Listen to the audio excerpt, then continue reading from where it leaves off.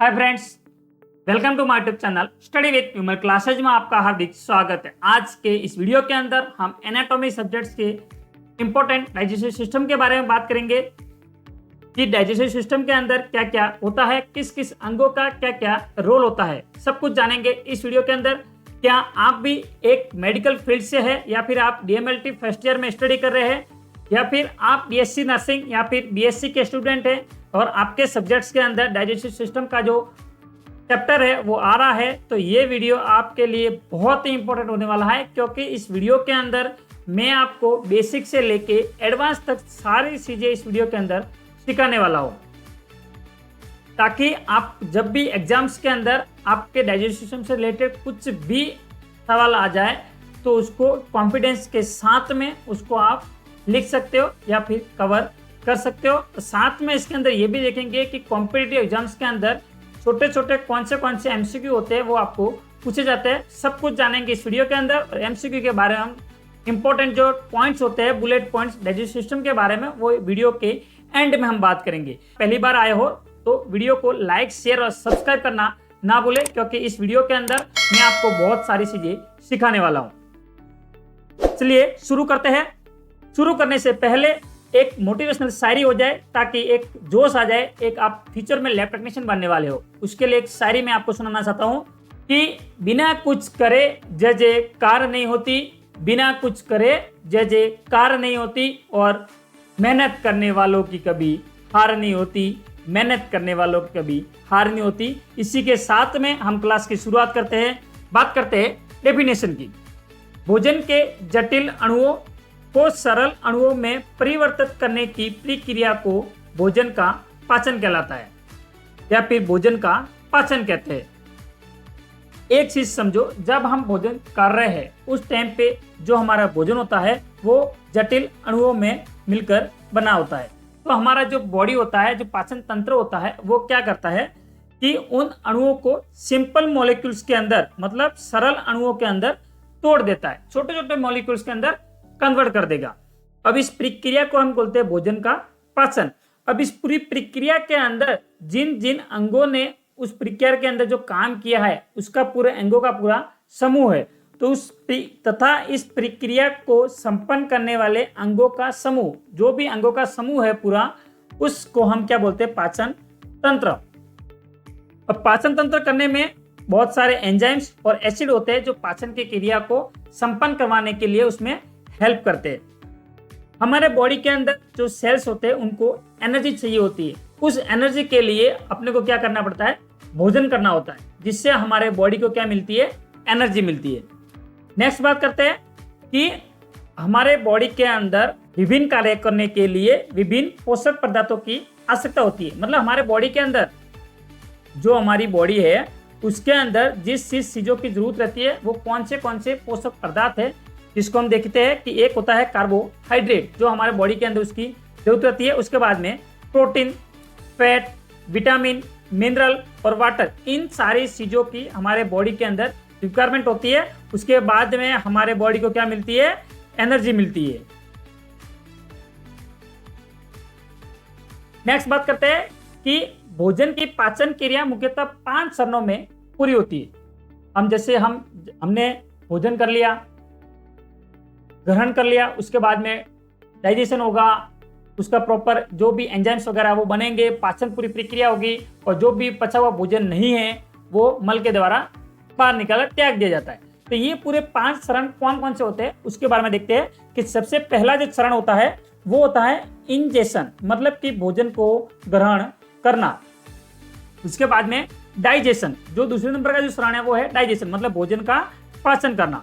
Absorption, उसके बाद में एसिमिलेशन, अभिनियोजन, उसके बाद में इजेशन या फिर डिफिकेशन भी इसको बोल सकते हैं, जिसमें मल उत्सर्जन या फिर मल परित्याग। इन 5 चरणों के अंदर आपके जो भोजन की पाचन की क्रिया है वो संपन्न होती है। आपको इससे याद कर सकते हो: इंजेशन, डाइजेशन, एब्जॉर्प्शन, एसिमिलेशन और इजेशन।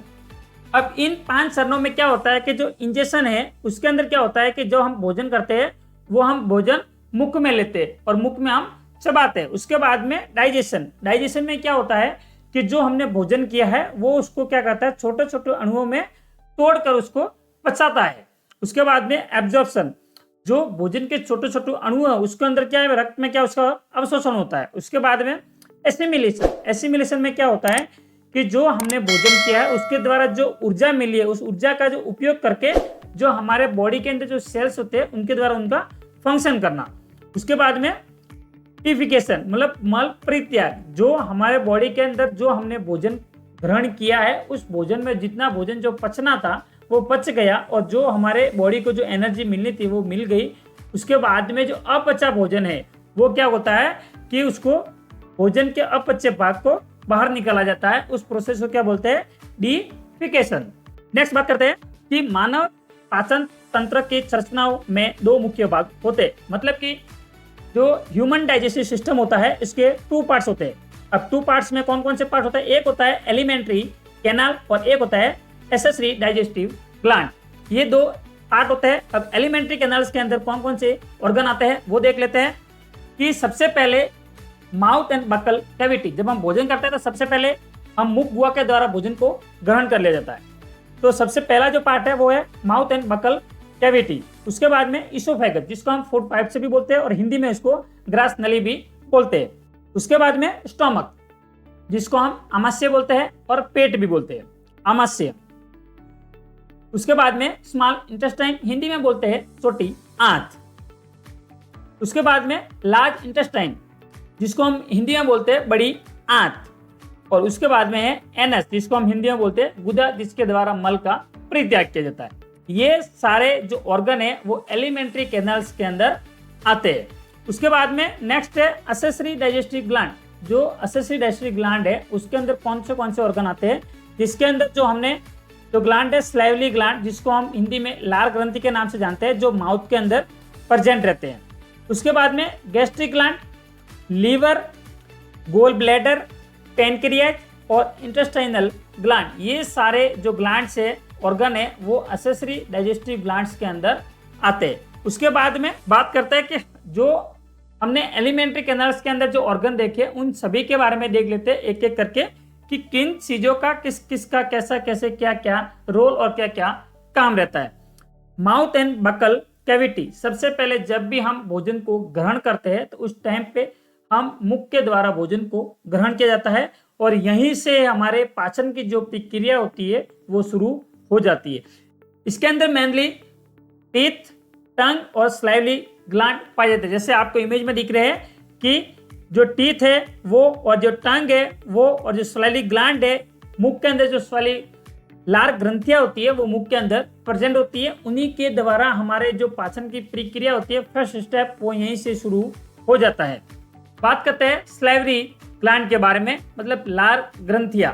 मुख गुहा में 3 जोड़ी लार ग्रंथियां पाई जाती है जो भोजन पर लार सलाइवा डालती है और भोजन को गीला करती है। मतलब हमारे जो मुख गुहा है उस मुख गुहा के अंदर 3 जोड़ी लार ग्रंथियां पाई जाती है जो हमारे भोजन को क्या करती है, लार को मिक्स करती है, उसके बाद में उस भोजन को गीला करती है। अब जो 3 जो लार ग्रंथियां होती है वो कौन कौन सी होती है, पैराटाइड ग्रंथियां होती है, सब मंडिबुलर ग्लैंड्स होती है और सब लिंगुअल ग्लैंड्स होती है। जो पैराटाइड ग्लैंड है, जैसे आपको इमेज में दिख रहा है, जो पैराटाइड ग्लैंड है वो सबसे बड़ी ग्रंथि है। आपके कॉम्पिटिटिव एग्जाम्स के अंदर ये बहुत सारे सवाल पूछे जाते हैं कि हमारे बॉडी के अंदर सबसे बड़ी जो लार ग्रंथि है वो कौन सी है, तो जो ग्रंथि का नाम है वो है पैराटाइड ग्लैंड। नेक्स्ट ग्लैंड है सब मैंडिबुलर ग्लैंड। ये जो सब मैंडिबुलर जो ग्लैंड है वो जबड़े के नीचे प्रेजेंट रहती है। उसके बाद में सब लिंगुअल ग्लैंड, ये जो ग्लैंड होती है वो जीभ के नीचे रहती है और ये इसको हम बोलते हैं सबसे छोटी ग्रंथि, मतलब स्मॉल ग्लैंड के नाम से भी इसको जाना जाता है। नेक्स्ट बात करते हैं कि लार, हमारे मुख गुहा के अंदर लार का जो निर्माण होता है वो कैसे होता है। एक स्वस्थ व्यक्ति के मुंह में रोजाना लगभग 1 से लेके 1.5 लीटर लार का सिक्रेशन होता है। इसमें एंजाइम भी प्रेजेंट होता है जिसके अंदर लाइसोसाइम एंजाइम और जो पटाइलिन एंजाइम होता है वो लार के अंदर प्रेजेंट होते हैं। और जो लाइसोसाइम एंजाइम होते हैं हमारे मुख गुहा के अंदर, उनका मेनली काम होता है कि जो हमारे मुख गुहा में जो बैक्टीरिया होते हैं उनको नष्ट करने का काम होता है, वो होता है लाइसोजाइम का। नेक्स्ट एंजाइम है पटाइलिन लार में पाया जाने वाला प्रमुख एंजाइम जो कार्बोहाइड्रेट को माल्टोज में परिवर्तित कर देता है। जो पटाइलिन एंजाइम है वो क्या करता है कि जो कार्बोहाइड्रेट है उनको माल्टेज के अंदर क्या कर देता है, प्रवर्तित कर देता है। कभी कभी पैरोटाइड जो ग्लैंड होती है वो वायरस के द्वारा उसका इन्फेक्शन हो जाता है, तो उसके अंदर क्या होता है, जो जो लार ग्रंथि होती है उसके अंदर इन्फ्लामेशन आ जाता है, मतलब कि सूजन आ जाती है। तो उस सूजन को हम बोलते हैं मम्स या फिर गलगंड। हिंदी में बात कर ली जाए तो गलगंड के नाम से भी इसको जानते हैं। उसके बाद में ग्रास नली, जैसे कि आपको ये दिख रही है, ये क्या है, ग्रास नली है। ये एक मांसपेशीय मस्कुलर ट्यूब होती है, ये आपको दिख रही है, ये क्या है, मस्कुलर ट्यूब है। और इसकी जो लंबाई होती है लगभग 20 सेंटीमीटर इसकी लंबाई होती है, लेंथ की बात कर ली जाए तो। बाद में इसका कोई विशेष कार्य नहीं होता, यह केवल भोजन को मुंह से आमाशय तक पहुंचाती है, मतलब इसका कोई विशेष कार्य नहीं होता। ये इसका काम इतना ही है सिर्फ कि जो हमने भोजन ग्रहण किया हमारे मुख के द्वारा वो उसको स्टोमक तक इस भोजन को पहुंचाने का काम करती है। तो इस प्रक्रिया को हम बोलते हैं पेरिस्टालिसिस, जिसको हम हिंदी में बोलते हैं अंतःसंचलन। ये 5 पॉइंट आपको इसोफेगस के बारे में आपको पता होने चाहिए। नेक्स्ट बात करते हैं आमाशय के बारे में। जो हमने भोजन कर ग्रहण कर लिया वो कहाँ गया, आमाशय में गया। आमाशय में मुंह और ग्रास नली के द्वारा लाया गया भोजन कहाँ पहुंचता है, आमाशय में पहुंच गया। यह पेट के बाएं ऊपरी भाग में स्थित होता है। जो आमाशय है वो पेट का जो बाएं ऊपरी भाग है वहां पे प्रेजेंट रहता है। इसका जो आकार होता है वो थैली जैसा होता है, बैग नुमा होता है, मतलब जैसे आपको ये दिख रहा है कि इसका जो आकार है वो कैसा है, थैली जैसा है। और इसके अंदर जो भोजन होता है वो अस्थिर रूप से स्टोर रहता है। और इसकी 3 संरचना होती है, कार्डियक पार्ट, फंडिक पार्ट और पाइलोरिक पार्ट। इसकी 3 संरचना होती है। इन तीनों संरचना के अंदर हम आगे बात करेंगे। बात करते हैं कार्डियक पार्ट की। जो कार्डियक में जो ऑक्सीमेटिक जो सेल होते हैं उनके द्वारा HCl अम्ल निकलता है, हाइड्रोक्लोरिक एसिड, जो क्या करता है कि जो बैक्टीरिया होते हैं उनको क्या करता है, ये नष्ट कर देता है और जो भोजन को अम्लीय बना देता है। और उसके बाद में एंजाइम की जो क्रिया होती है उसको तीव्र कर देता है।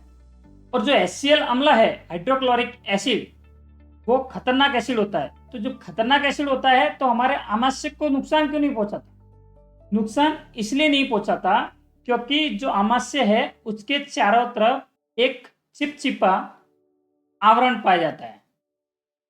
क्या पाया जाता है, एक चिपचिपा आवरण पाया जाता है, जिसको हम बोलते हैं म्यूकस मेम्ब्रेन।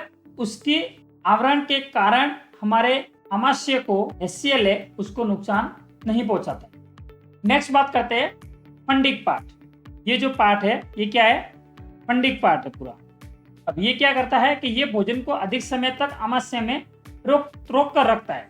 इसके म्यूकोसा पर र्यूज पाई जाती है, मतलब वल्लीदार जो संरचना होती है वो पाई जाती है। और र्यूज आमाशय को फैलने और सिकुड़ने की क्षमता प्रदान करते हैं। यह पेट की सतह का क्षेत्रफल भी बढ़ाता है और भोजन को समायोजित करने के लिए पेट को फैलने देना और भोजन को पचाने के लिए उसे रोक कर रखता है। मतलब जब हम भोजन करते हैं तो जो पूरा भोजन हमारे आमाशय के अंदर गया तो वहां पर क्या है कि वो स्टोर रहता है। स्टोर रहने के बाद में इसके अंदर जो म्यूकोसा पर क्या होती है कि जो संरचना होती है वल्लीदार, तो जिसके कारण क्या हम जब भी ज़्यादा भोजन खा लेते हैं तो पेट बढ़ जाता है और जब भी हम भोजन नहीं खाते तो पेट क्या हो, सिकुड़ जाता है। तो ये जो सारी प्रक्रिया होती है वो क्या होती है, फंडिक पार्ट क्या होती है। नेक्स्ट बात करते हैं पाइलोरिक रीजन की। जो ये वाला पार्ट है वो क्या है, पाइलोरिक रीजन है। यह पेट का अंतिम हिस्सा होता है और पेट का जो अंतिम हिस्सा है वो क्या है, पाइलोरिक रीजन है। और यहाँ से क्या होता है कि जो गैस्ट्रिक जूस है वो यहाँ से सीक्रेट होता है। और इस गैस्ट्रिक जूस के अंदर एंजाइम होते हैं, एक होता है पेप्सिन और एक होता है रेनिन। 2 एंजाइम होते हैं। और जो पेप्सिन एंजाइम होता है वो क्या करता है, प्रोटीन को पचाता है और ये प्रोटीन को क्या कर देता है, पेप्टोन के अंदर बदल देता है। बात करते हैं रेनिन एंजाइम की। तो जो रेनिन एंजाइम है वो क्या होता है, इन्फेंट के अंदर पाया जाता है। कहाँ पाया जाता है, इन्फेंट्स के अंदर और पाया जाता है। और इसका जो मेन कार्य होता है वो क्या होता है कि दूध के अंदर जो प्रोटीन कैसिन होता है उसको जमाना या पचाना, ये काम होता है रेनिन एंजाइम्स का। और जो रेनिन प्रोटीन दूध के प्रोटीन को पचाकर शरीर को जो कैल्शियम पेराकेसिनेट होता है उसको ये प्रोवाइड करता है। नेक्स्ट बात करते हैं स्मॉल इंटेस्टाइन की। ये जो है स्मॉल इंटेस्टाइन है, यह भोजन का सबसे महत्वपूर्ण अंग है। जो स्मॉल इंटेस्टाइन है ये क्या है, भोजन का महत्वपूर्ण अंग है। इसकी यदि लंबाई की बात कर ली जाए तो 6 से लेकर 7 मीटर इसकी लंबाई होती है और 20 से लेकर 23 फीट होती है यदि फीट में बात कर ली जाए तो। इसमें भोजन का अधिकांश पाचन और अवशोषण होता है। अधिकांश जो भोजन का जो पाचन की जो प्रक्रिया होती है वो स्मॉल इंटेस्टाइन के अंदर पूरी की पूरी संपन्न हो जाती है। और इस स्मॉल इंटेस्टाइन को 3 भागों में बांटा गया है, जिसके अंदर एक है ड्यूडेनम, जेजुनम और इलियम। इनके 3 पार्ट वीडियो के एंड में हम बात करेंगे कि इन तीनों के पार्ट का क्या क्या काम रहता है। बात करते हैं लीवर की। यहाँ पर हम इतना ही जानेंगे इन अंगों के बारे में जो डाइजेस्टिव सिस्टम के अंदर इन अंगों का जो काम है। मैं इन ऑर्गन से रिलेटेड अलग से एक वीडियो लाऊंगा, जैसे कि लीवर का है तो डिटेल में इसका वीडियो अलग से लाएंगे, तो उसमें हम उसकी अलग से बात करेंगे कि इस लीवर के अंदर क्या क्या होता है, कौन सी प्रोसेस होती है, सब कुछ जानेंगे। बस यहाँ पर हम इतना ही जानेंगे कि डाइजेस्टिव सिस्टम के अंदर लीवर का क्या रोल रहता है। यह पाचन की सबसे बड़ी ग्रंथि होती है। जो लीवर है वो पाचन की सबसे क्या है, लार्जेस्ट ग्लैंड है। यह आपके जो कॉम्पिटिटिव एग्जाम्स होते हैं वहाँ पे बहुत ही इंपॉर्टेंट होते हैं। यह जो बाइल जूस जो पित्रस बोलते हैं हिंदी में, उसका फॉर्मेशन करता है। उसके बाद में बाइल का संग्रहण गॉल ब्लैडर में होता है और वहीं से यह डिडोनम में प्रवेश करता है। सबसे पहले जान लिया कि यह लार्जेस्ट ग्लैंड है और ये क्या करता है कि जो बाइल जूस है इसका क्या करता है, ये फॉर्मेशन करता है और फॉर्मेशन करने के बाद में इस बाइल को क्या करता है, गॉल ब्लैडर के अंदर भेज देता है। वहां पे इसका क्या होता है, संग्रहण होता है और संग्रहण करने के बाद में वहीं से ये डिडोनम के अंदर एंटर कर जाता है। उसके बाद में जो गॉल ब्लैडर है, आपको जैसे दिख रहा है ये लीवर है। लीवर के अंदर ये जो संरचना दिखे जा रही है नाशपाती की तरह, इसको क्या बोलते हैं हम, गॉल ब्लैडर बोलते हैं। यह नाशपाती के आकार की थैली है। इसमें बाइल जूस का स्टोर होता है, मतलब संग्रहण होता है। इस बाइल जूस का जो पीएच होता है वो 7.5 से लेकर 8.5 इसका पीएच होता है और ये एल्कालाइन होता है। यह भोजन में फैट को इमल्सिफाई करता है, यानी छोटे छोटे टुकड़ों में तोड़ देता है ताकि लाइपेज एंजाइम आसानी से पचा सके। जो गॉल ब्लैडर है वो भोजन में जो फैट है उस फैट को क्या करता है, इमल्सिफिकेशन प्रोसेस करने के बाद में, यानी छोटे छोटे टुकड़ों के अंदर इसको तोड़ देता है ताकि जो लाइपेज एंजाइम से उसको आसानी से पचा सके। नेक्स्ट बात करते हैं बाइल्स के मुख्य घटक। जो बाइल है उसके भी मुख्य घटक होते हैं। कौन कौन से होते हैं, एक तो होता है बाइल साल्ट और एक होता है बाइल पिगमेंट। जो बाइल साल्ट है वो क्या होता है कि हमारे बॉडी के अंदर सोडियम बाइकार्बोनेट के रूप में पाया जाता है। सोडियम बाइकार्बोनेट के रूप में पाया जाता है, जिसका जो फॉर्मूला होता है NaHCO3, जिसको बोलते हैं सोडियम बाइकार्बोनेट के रूप में। ये बाइल साल्ट हमारे बॉडी के अंदर पाया जाता है, जो वसा को, जो फैट है हमारे बॉडी के अंदर, उसको तोड़ने में हेल्प करता है। उसके बाद में है बाइल पिगमेंट। बाइल पिगमेंट भी 2 प्रकार के होते हैं, एक होता है बिलीवर्डिन और एक होता है बिलिरुबिन। जो बिलीवर्डिन है वो उसका जो कलर होता है वो ग्रीन कलर होता है, जैसे कि मैं आपको इमेज के अंदर मैंने हाईलाइट कर रखा है। उसके बाद में बिलिरुबिन, जो बिलिरुबिन होता है उसका जो कलर होता है वो कितना होता है, येलो, उसका कलर होता है पीला कलर होता है। बात करते हैं बिलिरुबिन की। हमारे बॉडी के अंदर ब्लड सेल्स होते हैं, टिश्यूज होते हैं। इनकी कारणों से हमारे बॉडी के अंदर बिलिरुबिन का फॉर्मेशन होता है। फॉर्मेशन कैसे होता है कि जब भी हमारे बॉडी के अंदर जो ब्लड सेल्स होते हैं, जिसमें RBC रेड ब्लड सेल्स, वो टूट जाते हैं, तो उन टूट जाने की वजह से हमारे बॉडी के अंदर बिलिरुबिन का फॉर्मेशन हो जाता है। और ये जो बिलिरुबिन है लीवर की सहायता से फिल्टर होकर बॉडी से एक्सिट आउट कर दिया जाता है। यदि जब भी हमारे बॉडी के अंदर बिलिरुबिन का फॉर्मेशन हुआ है और लीवर के द्वारा फिल्टर हो जाने के बाद भी हमारे बॉडी से बाहर नहीं गया है, तो उस कंडीशन के अंदर हमारे बॉडी के अंदर जो बिलिरुबिन की जो मात्रा होती है वो बढ़ जाती है। और बढ़ जाने के कारण हमारे बॉडी के अंदर पीलिया नामक की बीमारी हो जाती है, जिसको हम जॉन्डिस से जानते हैं। नेक्स्ट बात करते हैं पैनक्रियाज, जिसको हम हिंदी में बोलते हैं अग्नाशय। पैनक्रियाज से आपको याद रखना है पैनक्रियाटिक जूस। एक पॉइंट आपको ये हो गया। पैनक्रियाज से क्या याद रखना है? Pancreatic juice. ये पाचक रस मतलब पैनक्रियाटिक जूस का निर्माण करता है। और इसकी पीएच की बात कर ली जाए तो इसका जो पीएच होता है 7.8 से लेके 8.3, और ये क्या होता है? एल्केलाइन। इसका पीएच से जो इसका बेस होता है वो क्या होता है? एल्केलाइन होता है। इसके अंदर एंजाइम भी होते हैं जिसमें लाइपेज, एमाइलेज, ट्राइप्सिन एंजाइम्स होते हैं। जो लाइपेज एंजाइम होता है वो क्या करता है? जो फैट होता है उनको क्या बोलता है?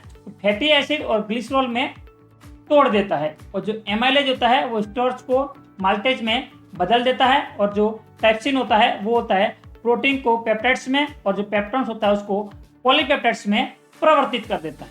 ये एंजाइम्स जो पैनक्रियाज के जो जहाँ से एंजाइम्स होते हैं उनका ये काम होता है। नेक्स्ट बात करते हैं स्मॉल इंटेस्टाइन के बारे में। जो हमने बात की थी आगे कि स्मॉल इंटेस्टाइन क्या है, उसके बारे में जो पार्ट की थी, ड्यूडेनम के बारे में, जेजुनम के बारे में, इलियम के बारे में, 3 पार्ट हमने देखे थे। उनके बारे में हम देख लेते हैं कि जो ड्यूडेनम है, जो स्मॉल इंटेस्टाइन का जो ये ड्यूडेनम है, वो ड्यूडेनम क्या है कि ये सबसे पहला और सबसे छोटा भाग है। और इसकी साइज की बात कर ली जाए तो ये 25 सेंटीमीटर इसकी साइज होती है।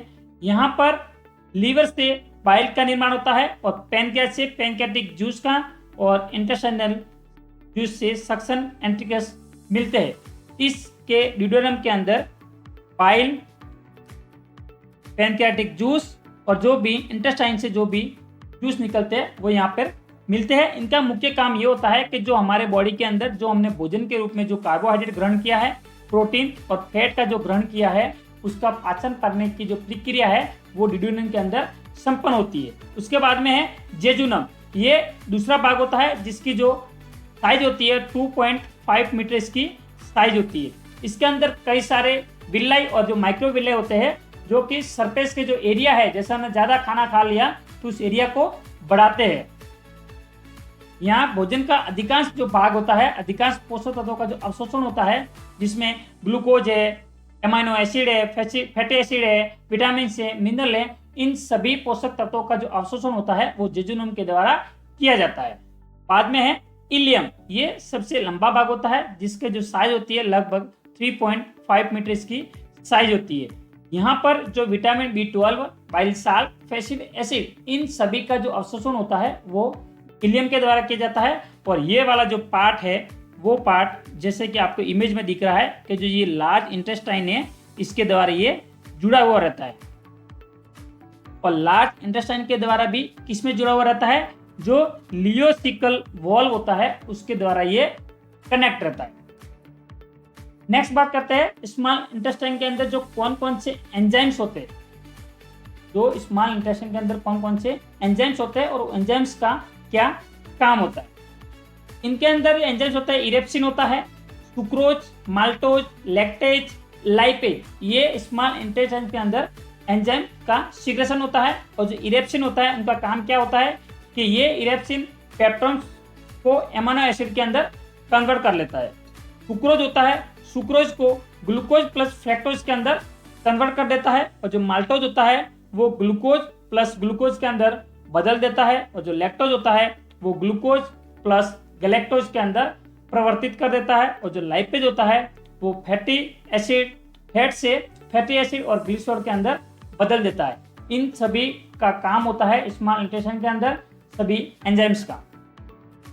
और जो स्मॉल इंटेस्टाइन है ये भोजन का जो पूरा पाचन है और पोषक तत्वों क्या करता है, ये अवशोषण करता होता है। और जो स्मॉल इंटेस्टाइन है उसकी जो अंदरूनी जो सतह होती है उसमें क्या होता है, विलाई प्रेजेंट होते हैं।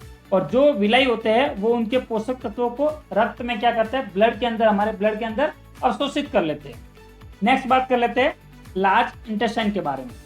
हमने स्मॉल इंटेस्टाइन के बारे में बात कर ली, अब कर लेते हैं लार्ज इंटेस्टाइन के बारे में।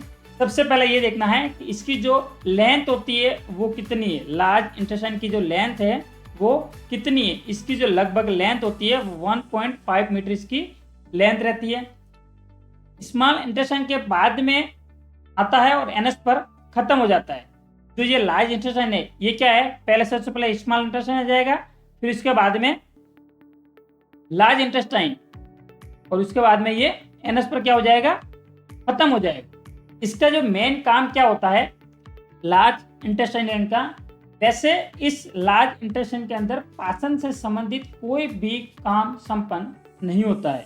इसके अंदर क्या होता है कि जो अपाच्य भोजन है, जो हमने भोजन ग्रहण किया, जितना पाचन होना था वो पाचन हो गया। अब जो जिसका पाचन नहीं हुआ वहां से क्या करता है, ये जो वाटर और जो इलेक्ट्रोलाइट है उसका क्या करता है, ये अवशोषण कर लेता है, और ये क्या करता है कि जो फीसिस के द्वारा, मल के द्वारा निर्माण करता है, उसको स्टोर करता है, और एनएस के द्वारा उसको परित्याग किया जाता है। इसमें उपस्थित कुछ जो बैक्टीरिया होते हैं वो विटामिन को बनाते हैं, जैसे कि विटामिन के, विटामिन बी कॉम्प्लेक्स, ये बैक्टीरिया उसके अंदर जो उपस्थित होते हैं उन विटामिन का जो प्रोडक्शन है वो करते हैं। इसके अंदर कोई विशेष कोई पाचक एंजाइम्स नहीं होता, न तो इसका कोई एंजाइम्स होता है और न ही कोई पाचन की प्रक्रिया होती है। इसके जो मेन पार्ट होते हैं वो होते हैं सीकम, कोलोन और रेक्टम। ये जैसे कि है कोलोन है, सीकम है और ये रेक्टम है। और कोलोन के अंदर भी कोलोन के 4 पार्ट पाए जाते हैं, जिसके अंदर ascending colon, transverse colon, descending colon और सिग्मोइड कोलोन, ये कोलोन के टाइप्स होते हैं। बात करते हैं सीकम की। जो सीकम होता है वो लार्ज इंटेस्टाइन का पहला पार्ट होता है। इसमें क्या होता है कि जो लियोसिकल वॉल्व होता है वो जो स्मॉल इंटेस्टाइन है और जो लार्ज इंटेस्टाइन है उसमें से जो कितना भोजन को भेजना है, कितना भोजन के प्रवाह है, जो उसका फ्लो है, उसको कितना रखना है, उसको मेंटेन करने का काम होता है, वो होता है सीकम का। सीकम के साथ एक छोटा सा वर्मीफॉर्म अपेंडिक्स जुड़ा होता है। जो ये सीकम है उसके साथ में ये एक अपेंडिक्स जुड़ा होता है। यदि इस अपेंडिक्स के अंदर किसी भी प्रकार का कोई इन्फेक्शन हो जाता है तो उस इन्फेक्शन को हम बोलते हैं अपेंडिसाइटिस। और अपेंडिसाइटिस हो जाने के बाद में इस अपेंडिक्स को बाहर निकाल दिया जाता है ऑपरेशन के द्वारा। बात करते हैं कोलोन की। यह लार्ज इंटेस्टाइन का सबसे बड़ा भाग है जो 4 हिस्सों में बटा होता है। जो ये कोलोन है वो क्या है, सबसे बड़ा भाग है। और जैसे कि आपको इमेज में दिख रहा है कि ये 4 भाग में बांटा हुआ है। 4 भाग में कौन कौन से, जैसे मैंने आपको बता दिया है कि एक तो है असेंडिंग कोलोन, एक है ट्रांसवर्स कोलोन, डिसेंडिंग कोलोन और सिग्मोइड कोलोन। ये 4 पार्ट में इसको डिवाइड किया गया है। जो असेंडिंग कोलोन है वो ऊपर की ओर जाता है। जो ये असेंडिंग कोलोन, यहाँ से सीकम आपके स्टार्ट हो गया, ये ऊपर की ओर जाता है। उसके बाद में जो ट्रांसवर्स कोलोन है ये दाई से बाई ओर, जो ट्रांसफर कोलोन है ये दाई से बाई ओर क्षैतिज रूप में जाता है। और जो डिसेंडिंग कोलन है ये क्या है, नीचे की तरफ जाता है, नीचे की ओर जाता है। और जो सिग्मोइड कोलन है इसका जो शेप है वो एस आकार का भाग होता है, और ये जाके सीधा कहाँ जुड़ता है, रेक्टम। ये जैसे लिखा हुआ है यहाँ पे, रेक्टम से जाके ये जुड़ जाता है। उसके बाद में बात करते हैं रेक्टम की, कि यह लार्ज इंटेस्टाइन का अंतिम भाग है। जो रेक्टम है वो क्या है, लार्ज इंटेस्टाइन का अंतिम भाग होता है। इसका जो मेन काम होता है, जो मल है उसको स्टोर करना, मतलब फीसेस को संग्रहित करना, और अंत में एनएस के द्वारा जो भी मल है उसको त्याग किया जाता है, और उस प्रोसेस को हम बोलते हैं डिफिकेशन। क्या बोलते हैं, डिफिकेशन। तो दोस्तों डाइजेस्टिव सिस्टम के बारे में हमने बात कर लिया, जिसके अंदर माउथ, सलाइवरी ग्लैंड कौन कौन से है, इसोफेगस के बारे में, लीवर, गोल ब्लैडर, अपेंडिक्स के बारे में बात कर ली, स्टोमक में क्या क्या होते हैं, कौन कौन से पार्ट होते हैं, पैनक्रियाज का क्या काम होता है, लार्ज इंटेस्टाइन के बारे में, स्मॉल इंटेस्टाइन के बारे में, रेक्टम, एनएस का क्या काम होता है, सब चीज़ों के बारे में हमने इस वीडियो के अंदर देखा। अब हम देख लेते हैं कि डाइजेस्टिव सिस्टम के लिए आपके कॉम्पिटिटिव एग्जाम्स होता है उसके अंदर कौन से सवाल पूछे जाते हैं, और जब भी आप कॉम्पिटिटिव एग्जाम्स की तैयारी कर रहे हो तो आपको उन सवालों के जवाब आपको पता होना चाहिए। चलिए देखते हैं कि कॉम्पिटिटिव एग्जाम्स के अंदर किस प्रकार के सवालों को पूछा जा सकता है। सबसे पहले देख लेते हैं कि डाइजेस्टिव सिस्टम की कुल कितनी लंबाई होती है। वो लंबाई होती है लगभग 9 मीटर उसकी लंबाई होती है। डाइजेस्टिव ट्रैक को और क्या कहते हैं? जो डाइजेस्टिव ट्रैक है हमने बताया कि alimentary canal, but alimentary canal का दूसरा नाम क्या है? डाइजेस्टिव ट्रैक, जिसको हम बोलते हैं एलिमेंट्री कैनाल। पाचन की शुरुआत कहाँ होती है? सबसे पहले हमने देखा था कि पाचन की शुरुआत कहाँ होती है? मुख गुहा से, मुख बोल सकते हैं उसको। वयस्क मनुष्य में दांतों की संख्या कुल कितनी होती है? 32। बात करते हैं पाचन का पहला एंजाइम कौन सा है? वो है स्लाइवरी एमाइलेज पटाइलिन। पटाइलिन कौन से फूड कंपोनेंट पर कार्य करता है? मतलब स्टार्च पर ये काम करता है। स्टार्च को माल्टोज के अंदर ये बदल देता है। और पटाइलिन स्टार्च को किस में बदलता है? माल्टोज में। और स्लाइवरी का जो सलाइवा होता है हमारे मुख गुहा के अंदर, उसका पीएच कितना होता है? 6.8 एप्रोक्स। जो स्लाइवा है, स्लाइवा का निर्माण कौन सी ग्लैंड से होता है? स्लाइवरी ग्लैंड से। टंग का मुख्य काम क्या होता है? टेस्ट और फूड मिक्सिंग करना। नेक्स्ट बात करते हैं इसोफेगस। जो हमने इसोफेगस देखा था कि जो इसोफेगस है वो उसकी जो लंबाई होती है वो कितनी होती है? लगभग 25 सेंटीमीटर।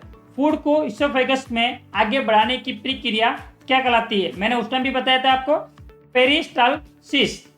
इसोफेगस में डाइजेशन होता है।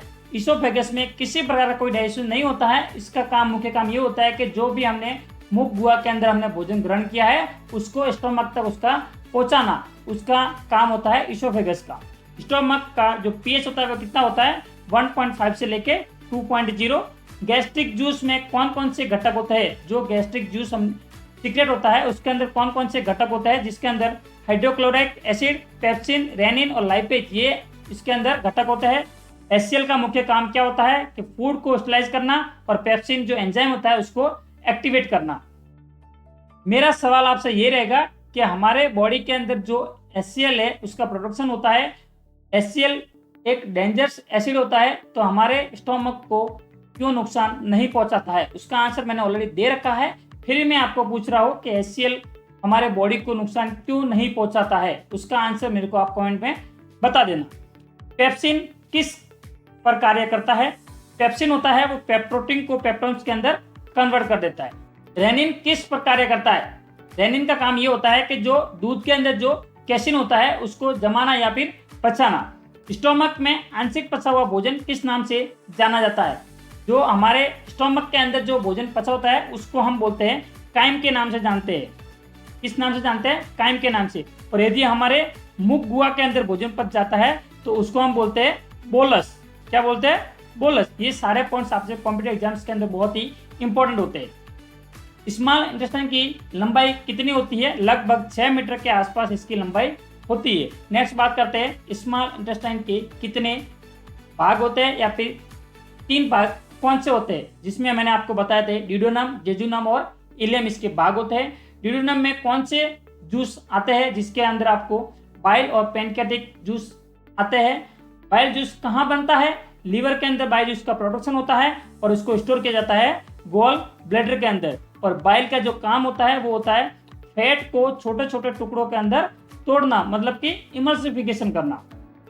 पैनक्रियाज किस प्रकार की ग्लैंड है? ये एक मिक्सर ग्लैंड है जिसके अंदर एंडोक्राइन ग्लैंड और एक्सोक्राइन ग्लैंड दोनों शामिल रहती है। पैनक्रियाटिक जूस में कौन कौन से एंजाइम्स होते हैं? जिसके अंदर एमाइलेज, ट्राइप्सिन और लाइपेज एंजाइम प्रेजेंट होते हैं। प्रोटीन का जो डाइजेशन होता है स्टोमक के बाद में कहाँ होता है? स्मॉल इंटेस्टाइन के अंदर। और कौन से एंजाइम्स के द्वारा होता है?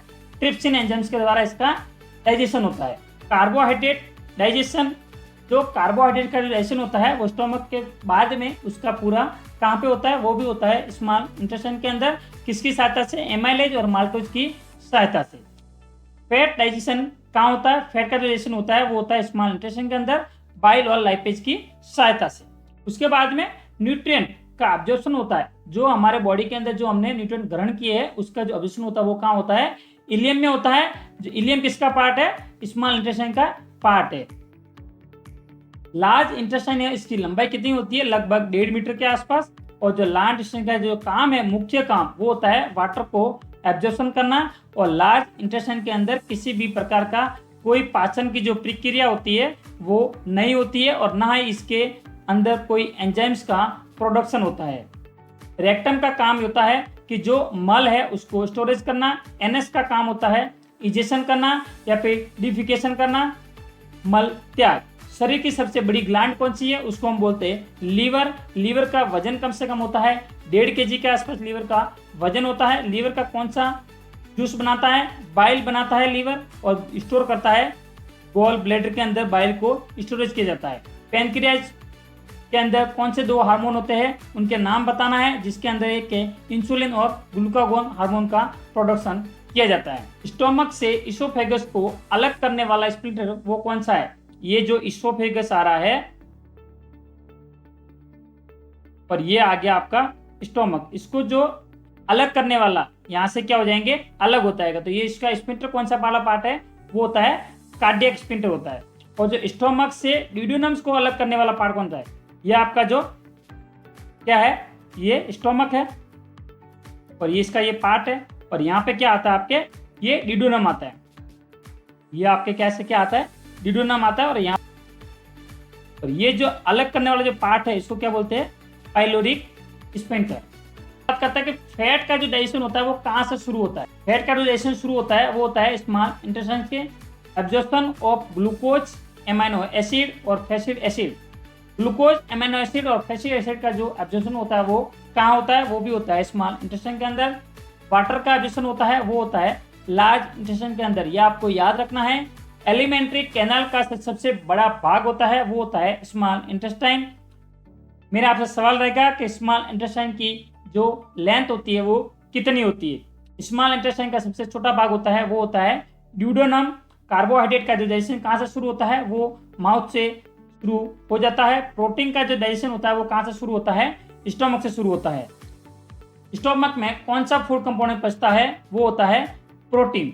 मेरा आपसे सवाल रहेंगे कि फैट का जो इमल्सिफिकेशन कहाँ होता है, मतलब कि फैट्स को छोटे छोटे टुकड़ों में कहाँ पे तोड़ा जाता है, और जो अनडाइजेस्टेड जो फूड होता है वो बाहर निकालने की जो प्रक्रिया होती है उसको क्या बोलते हैं। इन दोनों सवालों के जो आंसर है वो आप मेरे को कमेंट बॉक्स में बता देना। तो दोस्तों आज के इस वीडियो में हमने देखा एक डाइजेस्टिव सिस्टम के बारे में, कॉम्पिटिटिव एग्जाम्स के अंदर कौन कौन से सवाल आ सकते हैं उसके बारे में, जो आपको कॉम्पिटिटिव एग्जाम्स के अंदर बहुत ही इंपॉर्टेंट होने वाले हैं। वीडियो अच्छा लगा हो लाइक, शेयर और सब्सक्राइब करना ना भूले। साथ ही एक रिक्वेस्ट रहेगी कि आप ऐसे एक लैब टेक्नीशियन के साथ में भी शेयर करें जो अभी रिसेंटली में डीएमएलटी में एडमिशन लिया हो, या फिर उनके डीएमएलटी की एग्जाम्स है, या फिर डीएमएलटी के अंदर अभी स्टडी कर रहे हैं, उनके लिए ये लेक्चर बहुत ही इंपॉर्टेंट होने वाला है। तो चलिए मिलते हैं नेक्स्ट वीडियो में, तब तक के लिए धन्यवाद।